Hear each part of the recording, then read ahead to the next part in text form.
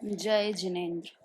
नमो अरिहन्ताणं नमो सिद्धाणं नमो आयर्याणं नमो उवज्झायाणं नमो लोये सव्वसाहुणम् ऐसो पंच नमो यारो सव्व पावपणाशनो मंगलारं च सव्वेसिं परमं हवै मंगलम्।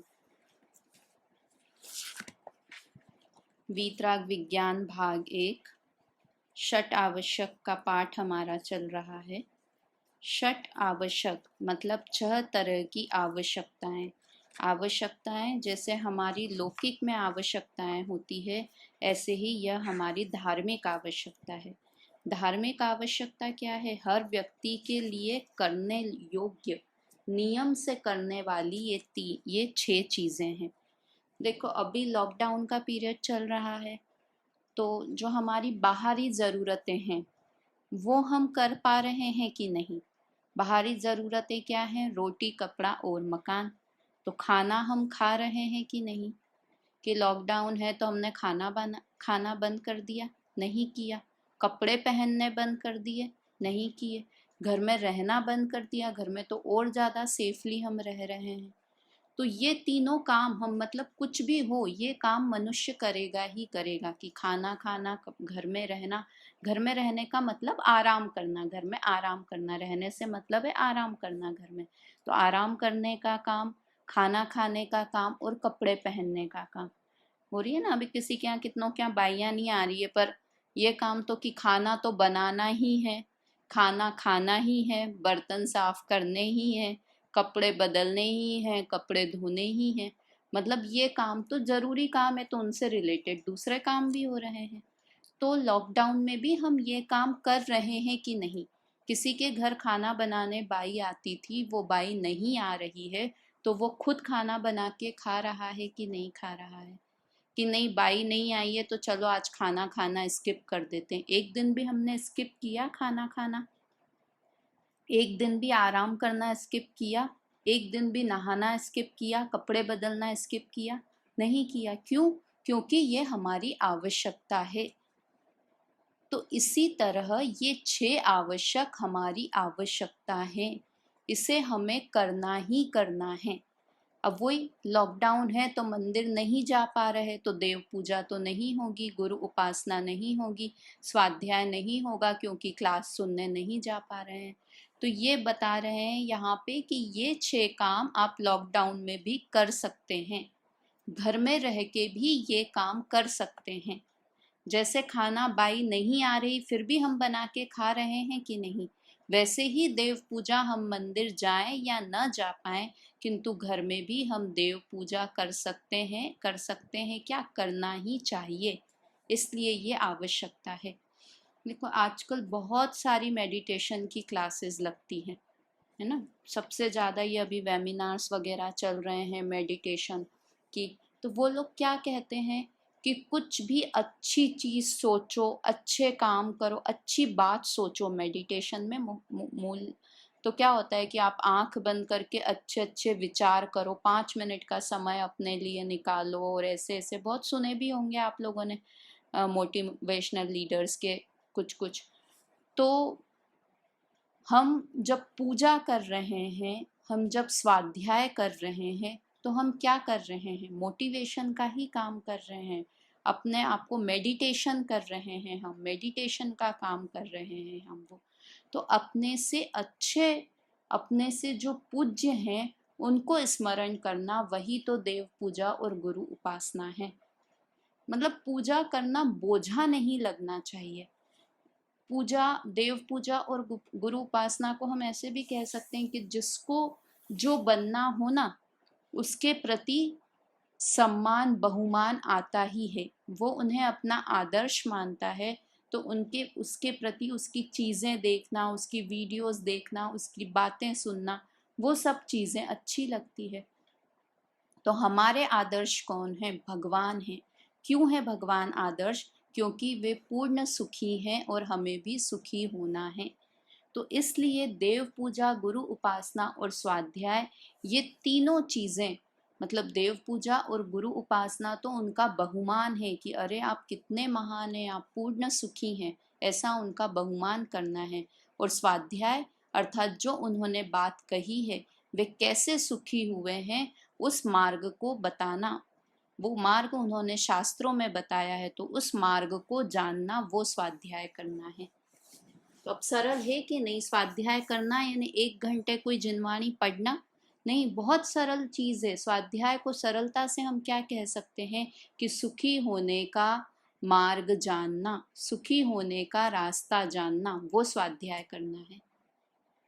तो हमको बहुत सारे पैसे कमाने हों तो हम क्या करेंगे, बायोग्राफीज पढ़ते हैं ना कि अंबानी की, धीरू भाई अंबानी, उनकी तो मूवी बन गई गुरु नाम की कि वो कैसे अमीर बने, और बहुत हिट हुई वो मूवी। क्यों? क्योंकि हर कोई व्यक्ति अमीर बनना चाहता है। तो उनकी वो मूवी देखी कि कैसे धीरू भाई अंबानी अमीर बने। तो हमारे भगवान कैसे सुखी हुए, वो रास्ता अगर हमें जानना है तो हम कैसे जानेंगे कि वो भगवान की बायोग्राफी है स्वाध्याय। जो जिनवाणी लिखी हुई है ना, वो क्या है, भगवान की बायोग्राफी है कि हम इस तरह से इस मार्ग पर चलकर हमने वीतरागता प्राप्त की है। तभी तो है कि जिनवाणी किसे कहते हैं, वीतरागता का जिसमें पोषण हो। पोषण हो अर्थात वीतरागता की बात बताई गई हो। तो उन्होंने अपनी मेथड बताई कि हम इस विधि से हमने वीतरागता प्राप्त की है, तो वो ही स्वाध्याय करना हुआ। मतलब देव पूजा, गुरु उपासना और स्वाध्याय, ये तीनों ही कल हमने पढ़े थे ना। तो इन तीनों के ही बारे में कि इन तीनों में ये भगवान से रिलेटेड हैं, और भगवान से रिलेटेड क्या है, ये सुखी होने के रास्ते हैं। एक तो वो व्यक्ति हैं जो सुखी पूरे हो गए हैं, वो देव पूजा हुई। गुरु कौन है, जो सुखी होने के मार्ग पर चल रहे हैं। और तीसरे हैं कि स्वाध्याय है, तो वो सुखी होने का रास्ता है कि वो किस मार्ग पर चलकर सुखी हुए हैं, वो रास्ता जिनवाणी में बताया गया है, और वो रास्ते को समझना, वो स्वाध्याय करना है। तो कितने इम्पोर्टेंट चीजें तीनों हमारे लिए हो गई। चलो अब हमें तो पैसा नहीं कमाना, किंतु हमारे बच्चों को पैसा कमाना होता है ना, कि अब सबके बच्चे यंग हो गए हैं जॉब करने के लिए, तो हम उनको भी क्या शिक्षा देते हैं कि जो लोग, जैसे कोई बच्चा, हमारा बच्चा इंजीनियरिंग करना चाह रहा हो पैसे कमाने से भी ज़्यादा, या हमारे बच्चे ने 12th पास किया है, तो हम उसको क्या कहेंगे बच्चे को कि तुम दूसरे जो तुमसे बड़े हैं, तुम्हारे कजिन्स हैं, जिन्होंने किस रास्ते से इंजीनियरिंग की तैयारी की, क्या क्या, किसकी, कौन से सर की ट्यूशन्स ली, क्या किया, कौन से कोर्सेस किए, फिर कौन से कॉलेज में एडमिशन लिया, क्या किया, तो हम सब कहते हैं कि नहीं उन्हें फॉलो करो, उनकी बात मानो। बड़ों से 10 बार कह देते हैं अपने बच्चों से, तुमने बात की क्या उससे, कजिन से तुम्हारे, तुमने ये किया किया क्या, तुमने उन भैया से बात की क्या। मतलब हमें जब तक वो मंजिल नहीं मिली है तब तक उस रास्ते पे जो चल रहा है, या जो उस रास्ते पर चलकर सुखी हो गया है, हम उसे फॉलो करने को अपने बच्चों को कहते हैं। तो हमें वो चीज़ फॉलो नहीं करनी है, हमें भी करनी है। हमें राग द्वेष का नाश करना है, हमें वीतरागता प्रकट करनी है। और वीतरागता क्यों प्रकट करनी है, क्योंकि वीतरागता इज इक्वल टू सुख, सुखी होना। वीतरागता इज इक्वल टू सुखी होना। हम राग द्वेष के कारण दुखी हैं, और राग द्वेष मिट जाना, उसी का नाम तो वीतरागता है ना।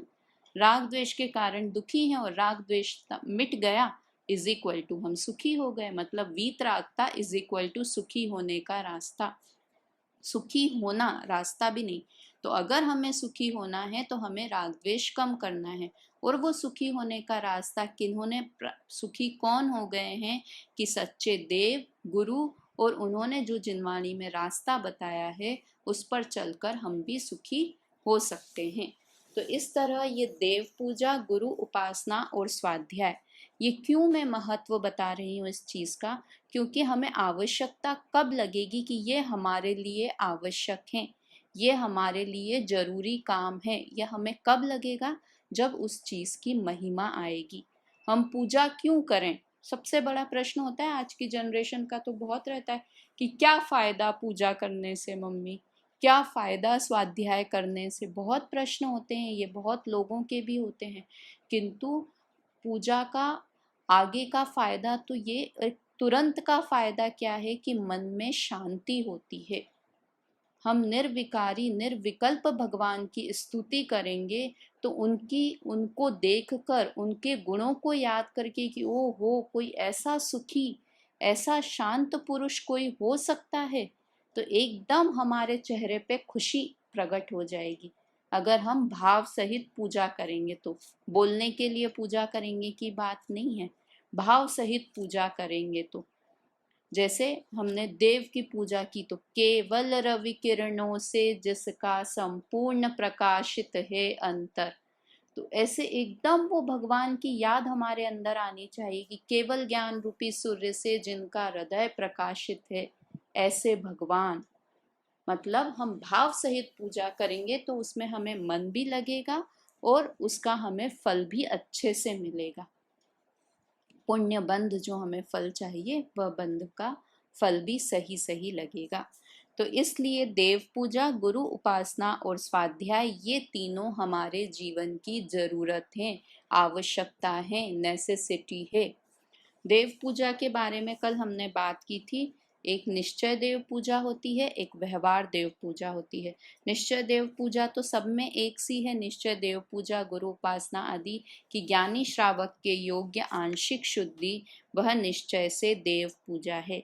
मतलब ज्ञानी श्रावक के जो शुद्धता प्रकट हो जाती है, आंशिक शुद्धता जो प्रकट हो जाती है, वही वास्तव में देव पूजा है। फिर गुरु उपास देव पूजा व्यवहार से क्या है? द्रव्य भाव पूजा, द्रव्य भाव, व्यवहार भाव देव पूजा और द्रव्य पूजा, ये दोनों व्यवहार के भेद हैं। तो भाव पूजा क्या है कि गुरु देव का स्वरूप समझकर उनके गुणों का स्तवन करना। हमारे पास 8 द्रव्य नहीं है, किंतु फिर भी मन में उन देव का स्मरण करना, वह भाव देव पूजा है। और यह भावदेव पूजा अभी हम कर सकते हैं। हमारे सामने अष्ट द्रव्य भी नहीं हो, हमारे सामने भगवान भी नहीं हो, किंतु फिर भी हम भावों से उनकी पूजा कर सकते हैं। भावों में उनको स्मरण करके उनकी पूजा कर सकते हैं, है ना। फिर द्रव्य पूजा क्या है कि वीतरागिता, सर्वज्ञता आदि का स्तवन करते हुए विधि पूर्वक अष्ट द्रव्य से पूजा करना, वह द्रव्य पूजा है। फिर गुरु उपासना कि ज्ञानी श्रावक के योग्य आंशिक शुद्धि तो निश्चय गुरु उपासना है, और गुरु का सच्चा स्वरूप समझकर उनकी उपासना करना। कल हमने उपासना करने का अर्थ लिया था कि उपासना करने में सब आ गया। गुरु को दान देना, गुरु की वैयावृत्ति करना, गुरु का उपदेश सुनना और गुरु की पूजा करना, ये सब गुरु उपासना में आ गया। चारों चीजें गुरु उपासना में आ गई। फिर देव कौन है और गुरु कौन है कि अरहंत और सिद्ध ये देव हैं, और आचार्य, उपाध्याय और साधु ये गुरु हैं।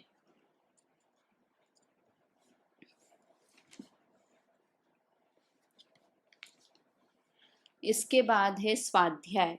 स्वाध्याय किसे कहते हैं कि जो जिनेंद्र भगवान द्वारा कहे गए तत्व का निरूपण करने वाले शास्त्र हैं, उनका अध्ययन और मनन करना व्यवहार स्वाध्याय है। देखो यहाँ भी ये नहीं लिखा कि भगवान जिनेंद्र भगवान द्वारा कहे गए तत्व का निरूपण करने वाले पंडित जी के प्रवचन अटेंड करना। क्या कहा है? शास्त्रों का अभ्यास करना, मतलब स्वयं अभ्यास करना। स्वाध्याय, स्व का अध्ययन, उसे ही स्वाध्याय कहते हैं। वापस मैं कहूँगी कि स्वतंत्र स्वाध्याय की आदत जरूर डेवलप करें। छोटे छोटे ग्रंथों को पढ़ना शुरू करें, और छोटे ग्रंथ को पढ़ना आ जाएगा तो फिर धीरे धीरे बड़े ग्रंथों को भी पढ़ने लगें। हम क्लास में इतनी बेसिक टर्मोलॉजी तो पढ़ ही चुके हैं कि अब आप स्वतंत्र स्वाध्याय करेंगे तो आपको कोई भी ग्रंथ समझ में आएगा, है ना। अब स्वाध्याय के 5 भेद हैं। कौन कौन से हैं स्वाध्याय के 5 भेद? वाचना, प्रचना, अनुप्रेक्षा, आमनाय और धर्मोपदेश। वाचना, वाचना का अर्थ होता है वांचन करना। वांचन करना अर्थात पढ़ना। किसको पढ़ना? शास्त्रों को पढ़ना।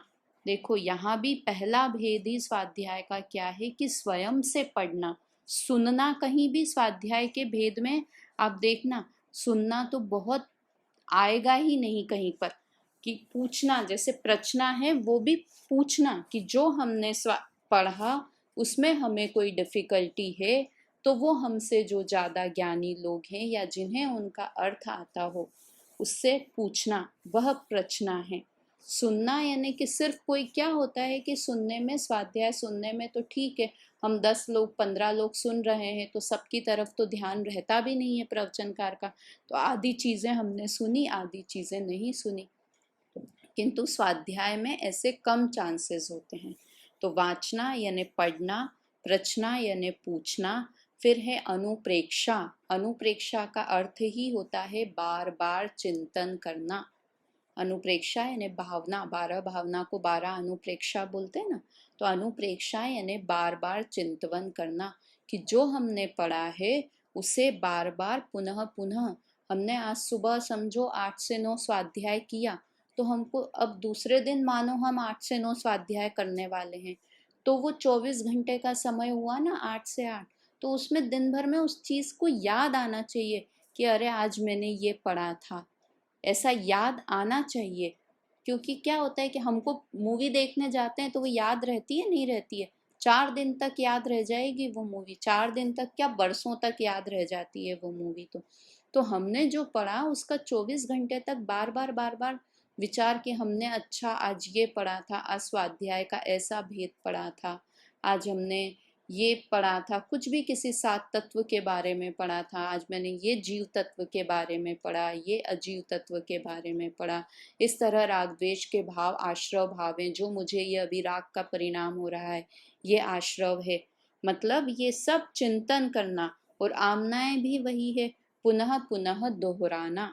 मतलब बार बार, ये समझो अनुप्रेक्षा और आमनाएं तो हमारा बहुत अच्छे से जब हम टेस्ट देते हैं ना धार्मिक चीज़ों का, तो ये मेन उद्देश्य ये भी होता है कि आपको उस चक्कर में अनुप्रेक्षा और आमनाएं सब चीज़ें, उषा आंटी तो बहुत बोल रही थी उस दिन भी कि बहुत अच्छे से उनके अच्छे मार्क्स आए थे 3 लोग की क्लास में, तो मैंने उषा आंटी से कहा बड़े अच्छे मार्क्स आए आपके, कैसे? तो बोले मेरे को उठते बैठते यही यही घूम रहा था, खाना बना रहे हैं तब भी यही घूम रहा है, खाना खा रहे हैं, नींद खुल गई तो भी यही घूम रहा है। तो ये बहुत अच्छी निशानी है। मुख्य उद्देश्य अपना टेस्ट लेने का भी मेरा यही होता है कि हम बार बार उस चीज़ को दोहराएं, अपना उपयोग वहाँ लगा रहे ना। तो घर में कुछ खिटपिट हो रही हो, कुछ हो, तो हमारा ज़्यादा उस तरफ माथापच्ची में दिमाग भी नहीं जाता है। बहुत फ़ायदा होता है टेस्ट देने का। ये ज़रूर है कि थोड़ा बीपी बढ़ जाता है सबका, बट फिर भी नुकसान कम और फ़ायदा ज़्यादा है उसमें। नुकसान कम तो है कि टेंशन थोड़ा कम करो तो बीपी तो हम कंट्रोल कर सकते हैं, मतलब टेंशन तो हम थोड़ा कम कर सकते हैं, किंतु जो उपयोग हमारा बार बार उस चीज़ में लगता है, तो कोई भी चीज़, ये तो टेस्ट की बात हुई है, हमको मार्क्स वगैरह के लिए कि किसको कितने मार्क्स आ जाएं, वो सब तो अपना इंटेंशन होना भी नहीं चाहिए वैसे ही। तो ये हुए वाचना, प्रचना, अनुप्रेक्षा और आमनाएं। फिर पांचवा है धर्मोपदेश, अर्थात उपदेश देना। उपदेश देना कब शुरू होगा? कि जब हमको कोई चीज़ अच्छे से समझ में आ जाए, कि हमको उस चीज़ में कॉन्फिडेंस हो जाए, तो हम उपदेश दे सकते हैं। और उपदेश भी किसे दें? कि जो सुनने के लिए रुचिवंत हो। उसके लिए कोई धर्म सभा नहीं चाहिए, हमारे घर के ही सदस्यों को हम उपदेश दे सकते हैं। और कोई उपदेश देना जरूरी नहीं है, और उपदेश भी खुद को संबोधन करना वो सबसे अच्छा धर्मोपदेश है। तो इस तरह से 5 स्वाध्याय के भेद हुए: वाचना, प्रश्ना, अनुप्रेक्षा, आमनाएं और धर्मोपदेश। एक बार फिर से रिपीट करती हूँ। वाचना मतलब पढ़ना, प्रश्ना मतलब पूछना, अनुप्रेक्षा मतलब चिंतन करना, आमनाएं अर्थात पुनः पुनः दोहराना, और धर्मोपदेश अर्थात उपदेश देना। ये स्वाध्याय के भेद हैं। ठीक है, अब आज हमको पढ़ना है संयम। संयम किसे कहते हैं? निश्चय संयम। 3 हमारे आवश्यक हो गए: देव पूजा, गुरु उपासना और स्वाध्याय। और वो हमारे लिए क्यों आवश्यक है, हमने ये वाली बात भी पढ़ी। अब अगला है हमारा संयम। संयम किसे कहते हैं? निश्चय संयम तो ज्ञानी श्रावक के योग्य आंशिक शुद्धि ही निश्चय से संयम है। उसके बाद व्यवहार संयम क्या है? उसके साथ होने वाले भूमिकानुसार हिंसादि से विरति एवं इंद्रिय निग्रह व्यवहार संयम है। क्या है? निश्चय संयम के साथ होने वाले भूमिकानुसार हिंसादि से विरति। देखो ये भूमिकानुसार शब्द कितना अच्छा डाला है। हिंसादि से विरति, हिंसादि यानी हिंसा, झूठ, चोरी, कुशील और परिग्रह, ये पांचों पाप है ना।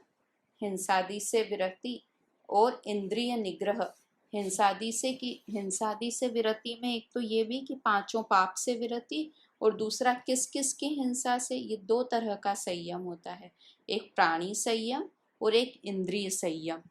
इसलिए प्राणी संयम का अर्थ होता है प्राणियों की हिंसा नहीं करना। तो किन प्राणियों की हिंसा नहीं करना? कि एक इंद्रिय, दो इंद्रिय, तीन इंद्रिय, चार इंद्रिय और पंचेंद्रिय। पंचेंद्रिय में सेनी और असेनी दो भेद हो जाते हैं। तो ऐसे तो ये 6 तरह का, इसे प्राणी संयम भी कहते हैं। हिंसादि से विरति को संयम 12 प्रकार का, जैसे स्वाध्याय 5 प्रकार का है, वैसे ही संयम 12 प्रकार का होता है। 6 प्रकार का प्राणी संयम मतलब 6 प्रकार के जीवों की रक्षा करना।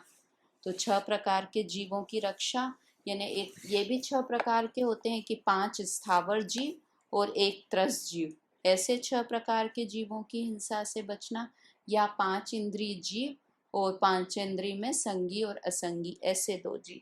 तो इस तरह से मतलब मेन बात है कि प्राणियों की रक्षा करना, प्राणियों की हिंसा से बचना, वो हुआ प्राणी संयम।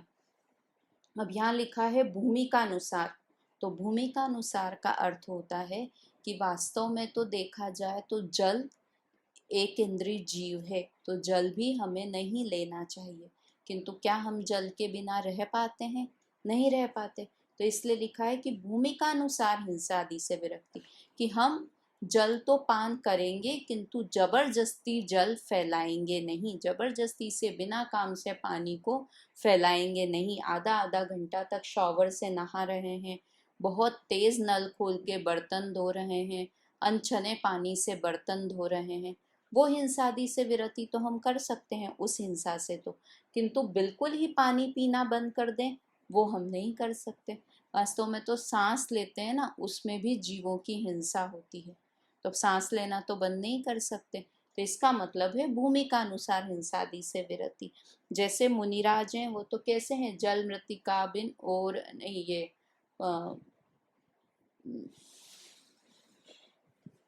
मुनिराज तो कैसे हैं कि कुछ भी चीज बिना दिए नहीं लेते हैं, पानी भी बिना दिए नहीं लेते हैं, किंतु हम इस तरह की हिंसा से नहीं बच पाते हैं।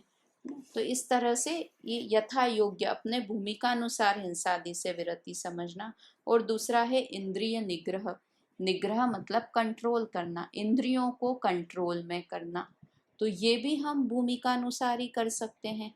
कि कैसे है? कि स्पर्शन इंद्रिय का कंट्रोल करना, यानी ठंडा गर्म में बिल्कुल नहीं, राग द्वेष नहीं करना। मतलब ठंडा गर्म, हमको शरीर को हमारे ठंडा चाहिए तो उसे ठंडा नहीं देना, गर्म चाहिए तो गर्म नहीं, इस तरह से इंद्रियों पे कंट्रोल करना। तो हम कर सकते हैं, अभी गर्मी में बिना पंखे के बैठ सकते हैं? तो नहीं, कि हमको आकुलता ज़्यादा हो जाएगी। हम कोशिश भी करें कि बिना पंखे के बैठ जाएं, तो हमें स्वाध्याय करने बैठे हमको, और हमको लगा कि हमें इंद्रियों पे, देखो पंखा चलाने में तो दोनों ही हिंसा भी हो रही है वायु का एक जीव की, और ये इंद्रिय भी, इंद्रिय निग्रह भी नहीं हुआ क्योंकि हमें ठंडा चाहिए, स्पर्शन इंद्रिय का विषय। तो 2 चीजें हो रही है। तो आज हमने सोच लिया कि हम स्वाध्याय करेंगे तो बिना पंखा चलाए करेंगे, तो कर पाएंगे। मतलब क्या होगा कि हम कर तो लेंगे किंतु हमारा उपयोग अच्छे से नहीं लग पाएगा। अभी हमारा इतना कंट्रोल नहीं है ना हमारी इंद्रियों के ऊपर। तो इसलिए भूमिका के अनुसार ये चीजें करनी चाहिए, इंद्रिय निग्रह और प्राणी संयम। प्राणी संयम और इंद्रिय संयम, ये दोनों अपनी भूमिका के अनुसार करना चाहिए। और ये हर व्यक्ति का अलग अलग भी होता है। कोई व्यक्ति ज़्यादा कंट्रोल कर पाता है, कोई व्यक्ति कम। किंतु इतनी बात तो है हिंसादि में कि बिना प्रयोजन अनर्थ दंड नहीं करना चाहिए। बिना प्रयोजन एकेंद्रिय आदि जीवों को नहीं हिंसा हो। मतलब हम आराम से गलना लगा के बर्तन मान सकते हैं, नल के ऊपर, किंतु फिर भी हम छन्ना नहीं लगाएं तो फिर वो गलत बात है। मतलब बर्तन धोना तो हमारे लिए जरूरी है, किंतु बिना छन्ना लगाए धोना ये कोई जरूरी नहीं है। हम छन्ना लगा के आराम से बर्तन धो सकते हैं। मतलब ये स्व विवेक की बात है, संयम धारण करना। अब ये क्यों हमारे लिए आवश्यक है? क्यों आवश्यक है? क्योंकि हम अपने को जीव मानते हैं, तो दूसरे जीव भी हमारी ही तरह जीव है। संयम से क्या होता है? संयम धारण करने से हमारा मन कोमल होता है, मन में कोमलता आती है, कठोरता का नाश होता है। हम प्राणियों की रक्षा कोमल हृदय का ही व्यक्ति कर सकता है ना। तो कोमल हृदय के अंदर स्वाध्याय की बातें या सम्यक दर्शन बहुत जल्दी प्रवेश करता है। वापस बताऊं, कोमल हृदय में धर्म की बातें जल्दी प्रवेश करती हैं। कठोर चित्त वाले के हृदय में कुछ भी, वो कितना भी पढ़ ले, किंतु उसके हृदय में वो चीज प्रवेश ही नहीं करेगी। जैसे बोलते हैं ना, कठोर भूमि पर बीज नहीं उगता है। बीज उगने के लिए क्या चाहिए? कोमल भूमि चाहिए होती है। उसी तरह सम्यक्त्व का बीज किसमें उगता है? सम्यक दर्शन का बीज किसमें उगता है? कि कोमल हृदय में। हमारा हृदय अगर कोमल होगा तो उसी में सम्यक दर्शन का बीज अंकुरित होगा। और संयम आदि करने से हमारा हृदय कोमल होता है, हमारे हृदय की भूमि कोमल होती है। इसलिए यह भी हमारे लिए आवश्यक है। ठीक है, संयम। अब संयम कैसे लेना? कि हमें ये तो हमने बताया कि देव पूजा, गुरु उपासना, स्वाध्याय, ये तीनों तो हम कैसे रोज कर सकते हैं? कि हम रोज पूजा करेंगे तो ये देव पूजा और गुरु उपासना हो गया, आधा पौना घंटा, और आधा पौना घंटा का स्वाध्याय। मतलब मैं बता रही हूँ कि 2 घंटे के अंदर हम ये 6 ही आवश्यक पूरे कर सकते हैं। इससे ज़्यादा करें तो बहुत अच्छी बात है। मैं मिनिमम की बात कर रही हूँ। मिनिमम हम 24 घंटे में से 1-2 घंटे अपने लिए निकाल सकते हैं ना, निकाल सकते हैं। और ये 6 तरह की जरूरी चीज़ें जो अपने जीवन में है वो कर सकते हैं। तो देव पूजा, गुरु उपासना तो एक साथ हो गया। स्वाध्याय करना, ये हम स्वाध्याय खुद कर सकते हैं, कितना भी, जितना हमारा उपयोग लगे स्वाध्याय करने में। जबरदस्ती भी नहीं। देखो, मैंने बहुत सारे लोग ऐसे देखे कि जो क्या करते हैं कि किसी के कहने से स्वाध्याय की प्रतिज्ञा कर लेते हैं। प्रतिज्ञा करना बहुत अच्छी बात है, करनी भी चाहिए, प्रतिज्ञाएं लेनी भी चाहिए जीवन में। किंतु मैंने ऐसे देखा है कि हमने स्वाध्याय की किसी के कहने में, या एकदम, कभी कभी बोलते हैं ना कि एकदम झोंका आता है, कि एकदम हम एक्साइटेड हो गए और हमने प्रतिज्ञा ले ली सामने। पर्यूषण में बहुत सारे विद्वान आते हैं तो प्रतिज्ञा दिलाते हैं कि चलो आप प्रतिज्ञा लो, या जब हम मुनिराज को आहार देते हैं तब प्रतिज्ञा लेते हैं, पंच कल्याणकों में, तप कल्याणक में, दीक्षा कल्याणक में प्रतिज्ञाएं लेते हैं कुछ कुछ। तो किसी ने प्रतिज्ञा ले ली कि मैं स्वाध्याय करूंगा रोज 1 घंटे, और अब वो व्यक्ति बिल्कुल भी स्वाध्याय नहीं करता था, और उसने 1 घंटे के स्वाध्याय की प्रतिज्ञा ले ली। अब बताओ, वो प्रतिज्ञा पूरी हो पाएगी? वो कैसे भी करके पढ़ तो लेगा 1 घंटा या आधा घंटा जो भी, किंतु उसका उपयोग लग पाएगा? लगे तो बहुत अच्छी बात है, नहीं लगे की बात हो। तो इसलिए ऐसे बंधन में बंधने की जगह कि मैं 1 घंटे करूंगा, अपना उपयोग जब तक लगे। ऐसा जरूरी नहीं है कि हम एक ही बैठक में 1 घंटे पढ़ें। हम आधा घंटा सुबह पढ़ लिया, आधा घंटा शाम को पढ़ लिया। सबका उपयोग अलग अलग तरीके से लगता है ना। किसी का चंचल मन होता है, किसी को घर की कुछ समस्याएं होती है, 10 चीजें होती है। तो हमने 1 घंटे का स्वाध्याय का लिया, तो कोई जरूरी नहीं है कि हम 1 घंटे एक साथ ही बैठकर स्वाध्याय करें। हम टुकड़ों टुकड़ों में भी स्वाध्याय कर सकते हैं।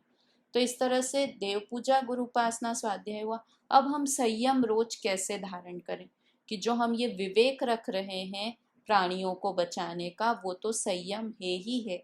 कि हम जो भी हमारे, झाड़ू भी हम लगा रहे हैं तो बहुत ध्यान पूर्वक। अभी तो गर्मियां आ गई ना, तो चींटियां बहुत होने लग जाती है गर्मियों में, ठंडक पे आती है। तो कैसे हम बचा बचा के चींटियों को झाड़ू लगाएं? ये सब संयम ही कर रहे हैं हम। संयम पालने के लिए कोई बहुत मेहनत करने की जरूरत नहीं है। जो हमारे डेली के काम हैं उसमें भी हम विवेक रखें तो हम संयम का पालन कर रहे हैं। हमने कोई चीज साफ की बिना कुछ चीज, और उसमें कीड़ा इल्ली कुछ निकली, तो उसे बहुत अच्छे से सेफ जगह पर रखा, उसे धूप में तड़पने के लिए नहीं छोड़ दिया, उसे कहीं ऐसी जगह नहीं रख दिया जहाँ कबूतर आके उसे खा ले, उसे कोई सेफ जगह में, शेड वाली जगह में रखा। तो ये थोड़ा छोटा छोटा विवेक करते हैं, ये हम संयम है। और जो एक बहुत अच्छा है संयम लेने का तरीका, वो होता है कि मंदिरों में संयम बॉक्स रखे होते हैं। देखे होंगे आपने, बहुत सारे मंदिरों में रखे हैं संयम बॉक्स। संयम बॉक्स होता है या ऐसा फ्रेम जैसा बना होता है, उसमें बहुत सारी चीज़ें लिखी होती हैं और लिखा होता है कि आंख बंद करके नमोकार मंत्र बोल के किसी पर भी एक पे उंगली रखिए और जो आ गया है उसे फॉलो करिए। या चिट, जो संयम बॉक्स में से स्लिप निकालेंगे, वो स्लिप निकाल के उस चीज़ को फॉलो करिए। तो ये संयम के ये बहुत तरीके हैं, जो लोगों ने अच्छी चीज़ें, इस तरह की चीज़ें निकाल रखी हैं। तो अब उसमें क्या आ गया कि जैसे आज मैं एक हरी का त्याग करूँगा, कोई भी एक हरी का त्याग करूँगा, तो हमने ठीक है कि आज मैं आम नहीं खाऊंगा, तो इसमें इंद्रिय, इसमें प्राणी संयम हो गया ना, क्योंकि वनस्पति है एक आम, तो हमने आम नहीं खाया, तो एक तरह से ये संयम हो गया। इस तरह से उसमें बहुत सारी प्रतिज्ञाएं होती है। इसमें इतना भी होता है, आज मैं शैम्पू नहीं करूँगा, तो ये भी अगेन हो गया, ये भी प्राणी संयम हो गया, क्योंकि शैम्पू से भी बहुत पानी वेस्ट होगा, बहुत जीवों की हिंसा होगी। इस तरह की बहुत सारी चीज़ें, आज मेरे हरी पत्ती का त्याग है, आज मेरे पान खाने का त्याग है।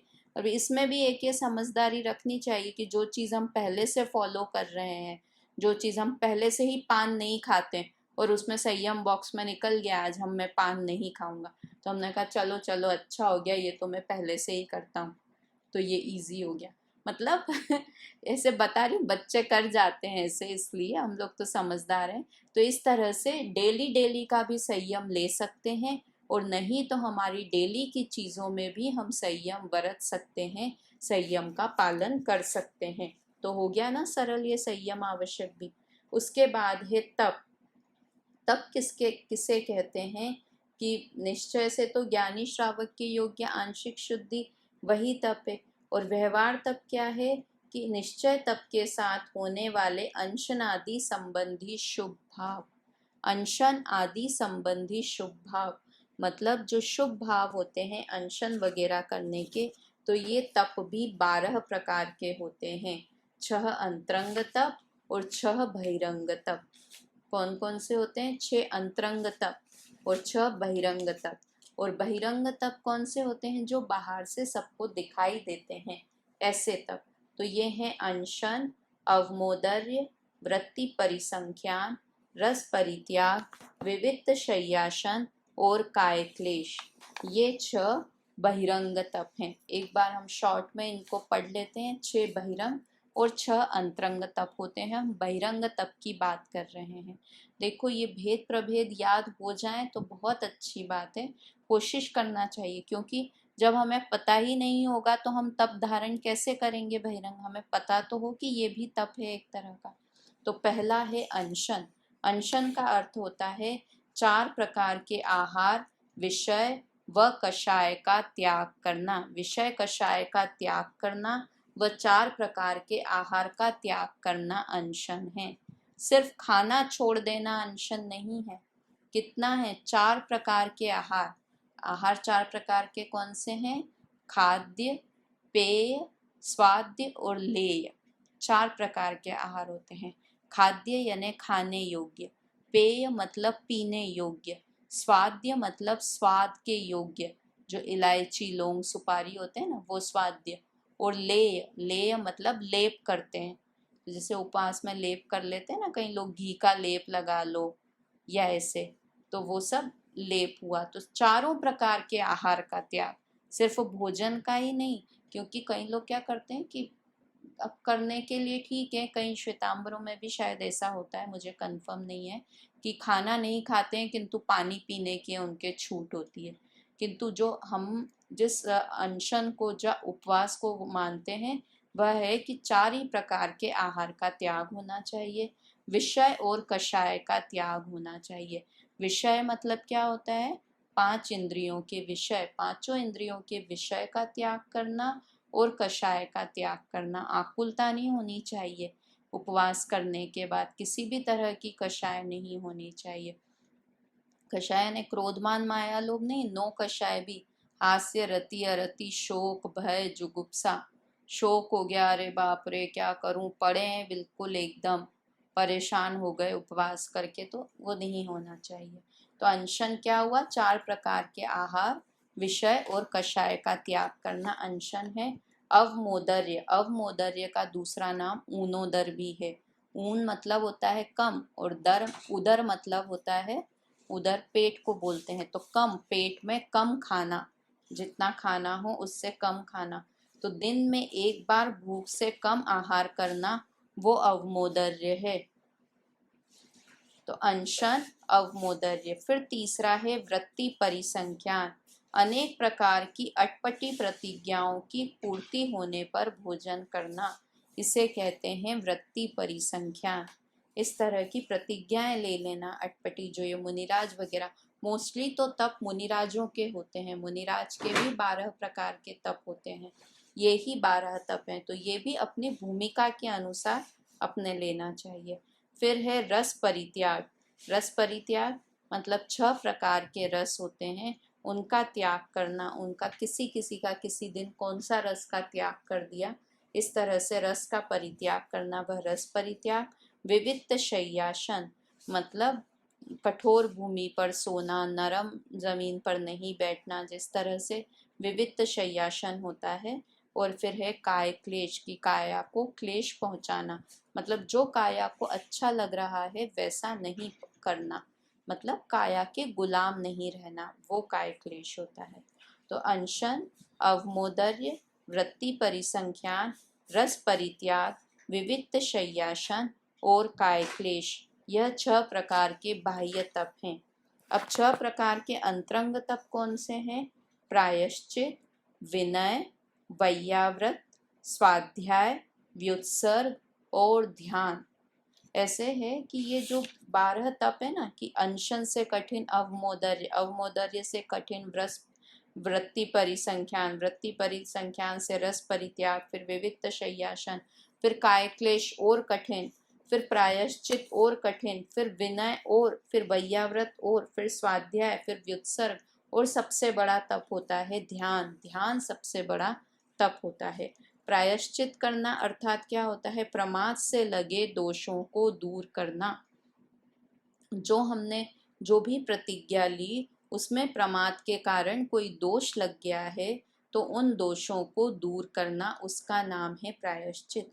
कई बार होता है ना कि हम प्रतिज्ञा लेकर भूल गए, या जैसे हमने अनशन की प्रतिज्ञा ली तो और हमें ध्यान नहीं रहा, हमने एक सिप पानी पी लिया, तो फिर क्या हुआ कि पूरा उपवास गल गया क्या? कि चलो एक सिप पानी तो पी लिया है, अब तो ठीक है, उपवास तो टूट ही गया, पूरा ही सब खा पी भी लो। ऐसा होता है कि नहीं, वो तो भूल से हो गया है, आप उसका प्रायश्चित कर सकते हैं। मतलब एक गलती हमसे हो गई तो उसका क्या मतलब है कि जैसे हम कहीं गए रेस्टोरेंट में खाना खाने के लिए, और हमारी प्लेट में बाहर खाना ही नहीं चाहिए, उस चीज़ का मैं प्रमोशन नहीं कर रही हूँ, बाहर खाना ही नहीं चाहिए, पर भूल से समझो उसने उस खाने में कैरेट डाल दिया, गाजर मूली डाल दी, और हमने एकदम एक चम्मच खाया, हमें दिख गया कि अरे इसमें ये है, तो उसे कहा अरे भैया इसमें तो ये है, आप बदल दो, या जो भी। तो अब एक गलती हो गई तो हम क्या, फिर अब तो आ ही गया है, तो प्लेट में आ ही गया है, एक चम्मच तो खा ही लिया। मोस्टली जो शराब वराब पीने वाले होते हैं ना, जो दूसरों को प्रैक्टिस जबरदस्ती पिला देते हैं कि ठीक है चलो एक बार तो पी ही ली है यार तूने, अब और पी ले, एक बार तो स्मोक कर ही लिया है और कर ले। तो इसलिए कि हम वो वापस नहीं करें, उसका नाम है प्रायश्चित। कि अगर हमारे उपवास में कभी कुछ भूल से हमने 4 प्रकार के आहार में से किसी तरह का आहार ले लिया, या विषय कषाय में हमारी प्रवृत्ति हो गई, तो उसके लिए प्रमाद से लगे दोषों को दूर करना। और प्रायश्चित का मतलब होता है कि हम पुनः वो दोष नहीं करेंगे। अभी हमसे भूल से हो गया है, प्रमादवश हो गया है, किंतु आगे हम वो रिपीट नहीं करेंगे, तो वो ही सच्चा प्रायश्चित है। हम गलती करें और बार बार उस गलती को दोहराते जाएं तो फिर क्या मतलब है? फिर विनय, पूज्य पुरुषों का आदर सत्कार करना। वैयावृत्ति होती है मुनियों के संयम में साधना में निमित्त जो मुनि होते हैं उनकी सेवा वगैरह करना। ये मुनिराज के भी तप ये कैसे होता है कि वे आपस में एक दूसरे मुनिराजों की वैयाव्रत करते हैं। फिर स्वाध्याय, जो स्वाध्याय हमारा आवश्यक है वो बोलो तप भी है।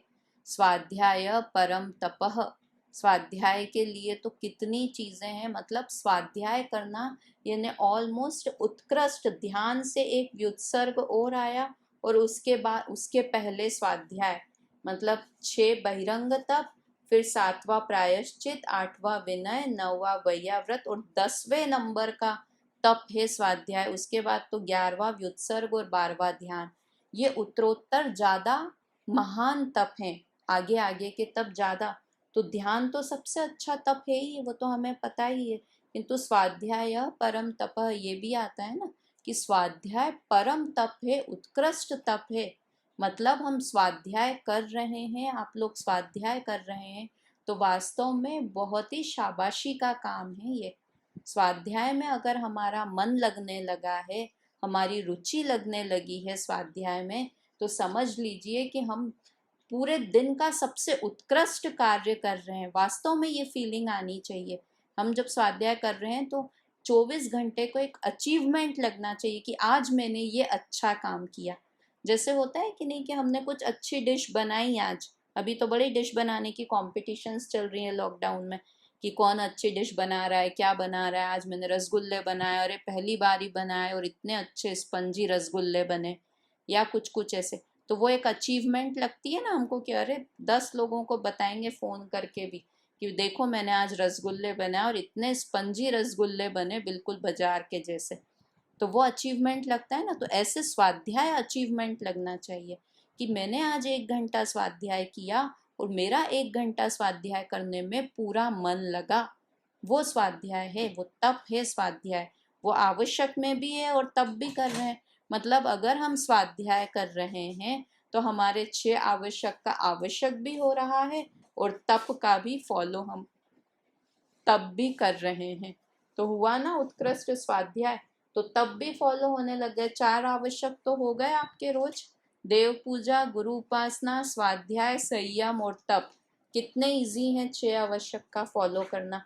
स्वाध्याय तो एक साथ 2 काम हो गए, स्वाध्याय नाम का आवश्यक भी हो गया और तप नाम का आवश्यक भी हो गया। कितनी बढ़िया बात है। व्युत्सर्ग और ध्यान, अहंकार और ममकार का त्याग करना, उसे कहते हैं व्युत्सर्ग। मतलब अपने अंदर अहंकार वगैरह हो, ये और महान क्यों है? क्योंकि व्यक्ति को अपने अहंकार का, ममकार अर्थात ममत्व, मोह का त्याग करना, अहंकार का त्याग करना, ये बहुत मुश्किल काम है। अपने मान की, अपना मान, जैसे 2 लोग बात नहीं कर रहे हो ना परिवार में आपस में, तो एक से कह दे कि तुम दूसरे से बात कर लो, कितना धक्का, मतलब कितना अहंकार, ईगो हर्ट होता है ना। क्या छोटे हो जाओगे, 10 बार समझा दे कोई और हमको मन में भी फील हो रहा हो कि हाँ ठीक है मैं आज आगे से बात कर लेती हूँ। और तो क्या हस्बैंड वाइफ में ही आपस में अगर हमारा मन मुटाव हो जाता है तो कितना ईगो पे आ जाता है कि कौन पहले बोलेगा, हो जाता है कि नहीं ईगो। तो वो अहंकार का त्याग करना ये बहुत बड़ा ध्यान है ये, और स्वाध्याय करने से भी ज्यादा, क्योंकि हमारा मन कोमल नहीं होगा ना, वो व्यक्ति अपने अहंकार का त्याग नहीं कर सकता। तो ये हुआ व्युत्सर्ग नाम का तप। और ध्यान मतलब चित्त की चंचलता का त्याग करना। चित्त की चंचलता का त्याग करना यानी एक जगह स्थिर होना, एक कोई भी चीज का ध्यान करना, मतलब बार बार एक ही चीज के ऊपर स्टिक हो जाना कि मैं इसी के बारे में सोचूंगा।